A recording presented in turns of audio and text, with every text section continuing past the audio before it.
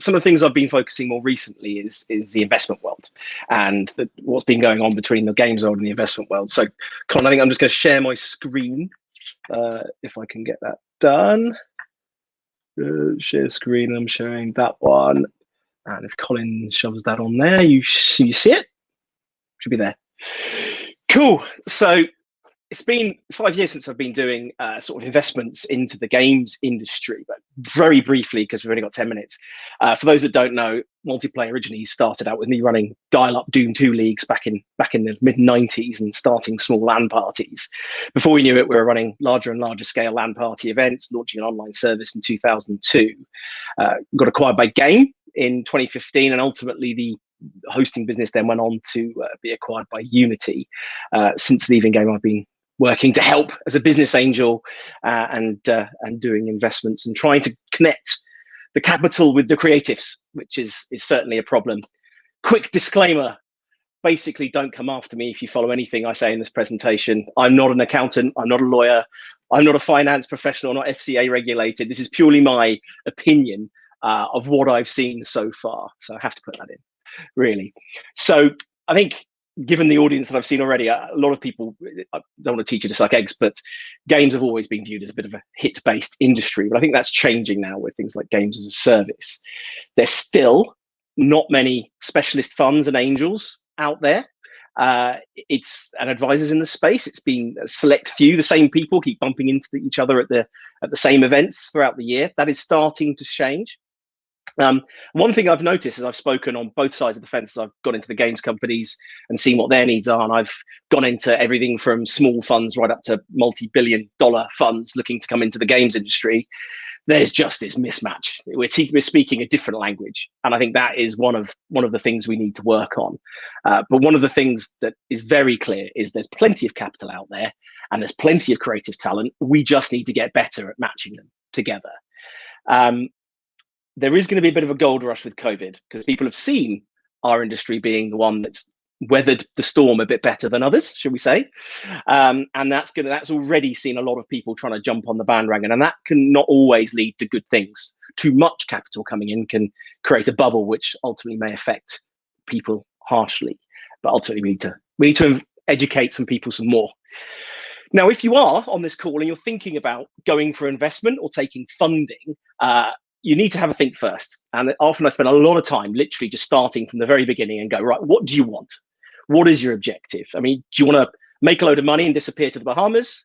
Do you want to just grow a business that you're going to have fun and get creative in? All of these things are valid exits, but valid where you want to get to.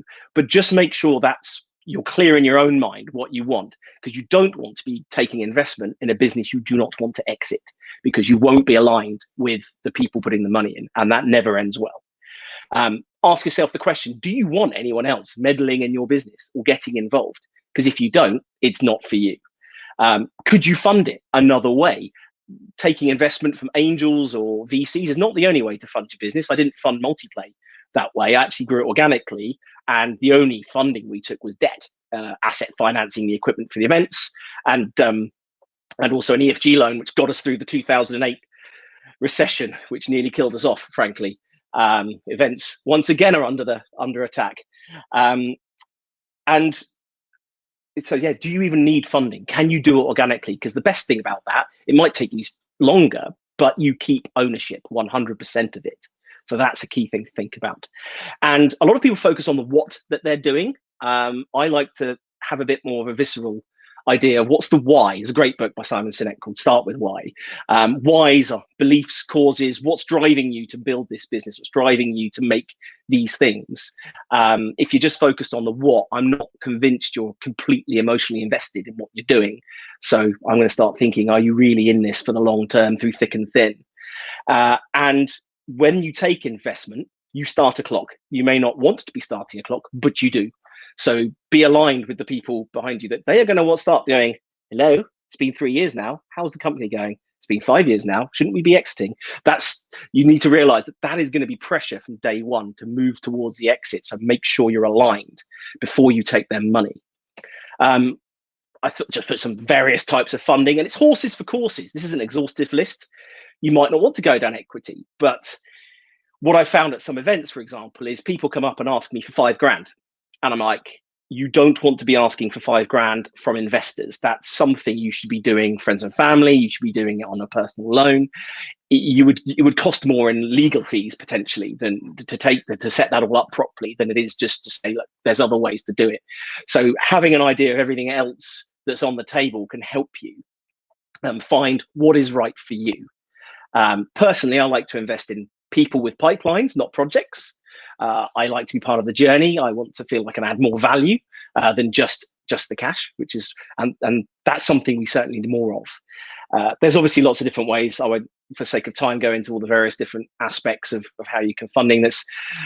As Andy said, it's certainly a much bigger talk. We could do an hour on this, just on this topic. But just to give you an idea of what equity investors are looking for, and that's both myself personally, but also Ascension Ventures, I'm a venture partner at. The first thing I look at, and arguably it's the biggest hurdle, if the team's not right, I don't even look at the rest. These aren't people I can work with and I think can deliver. What's the point? Because good teams can take a mediocre idea and really make it great. Bad teams are set up to fail from the word go.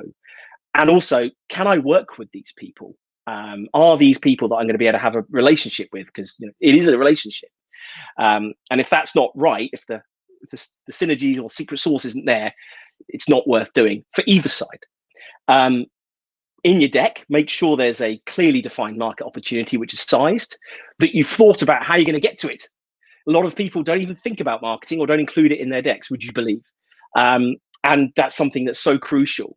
Have a thought about the competitor landscape. Make sure that you're asking for enough money for at least 12 months of zero income, not any income, just zero. You've got to have a 12-month minimum burn is certainly what we look for, preferably 18 to 24 months. Long investment decks, no point.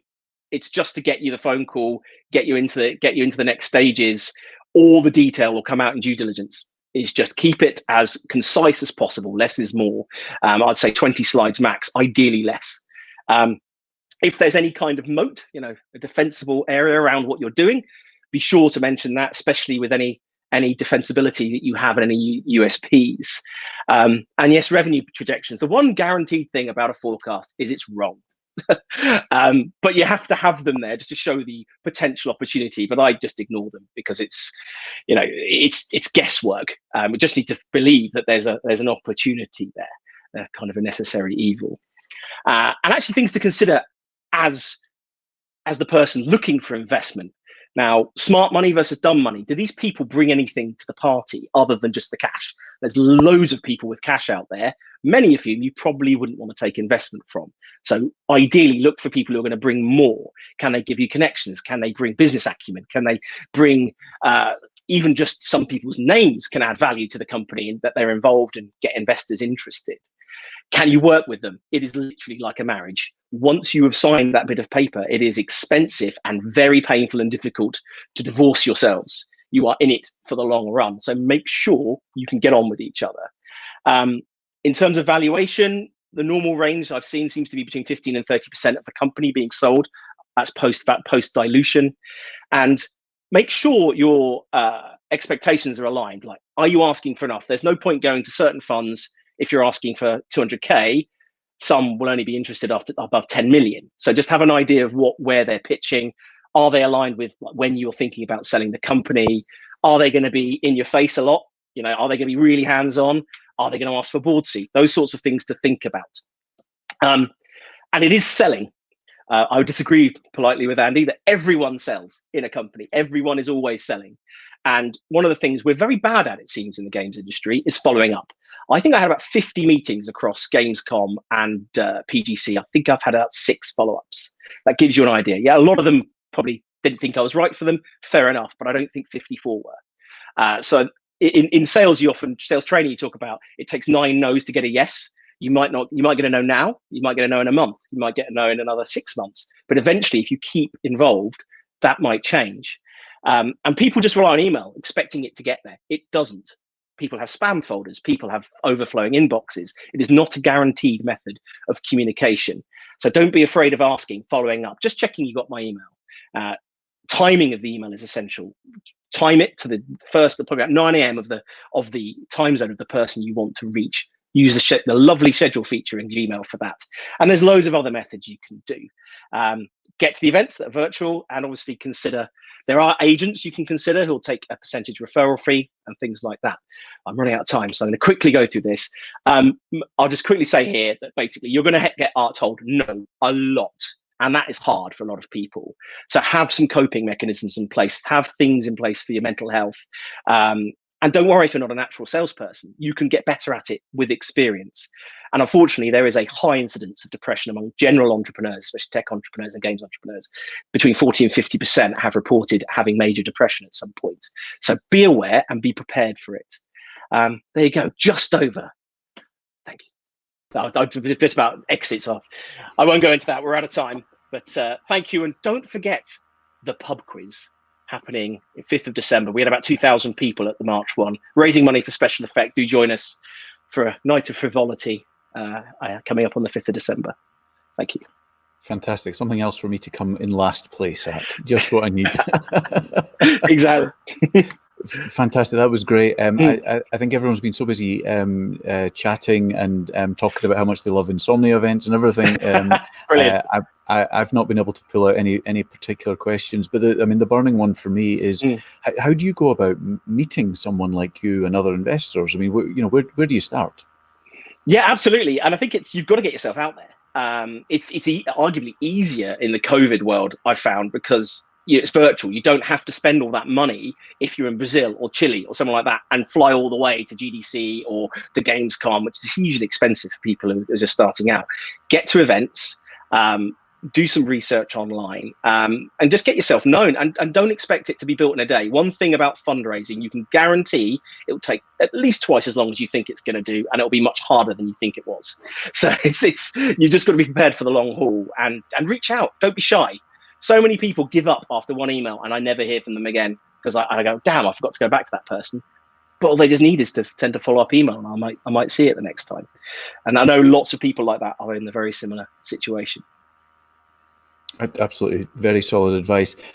Thank you so much for your time tonight, Craig. You've packed that full. This YouTube stream will stay up. For anyone that wants to go back and rewatch that and take notes, it should still be up there.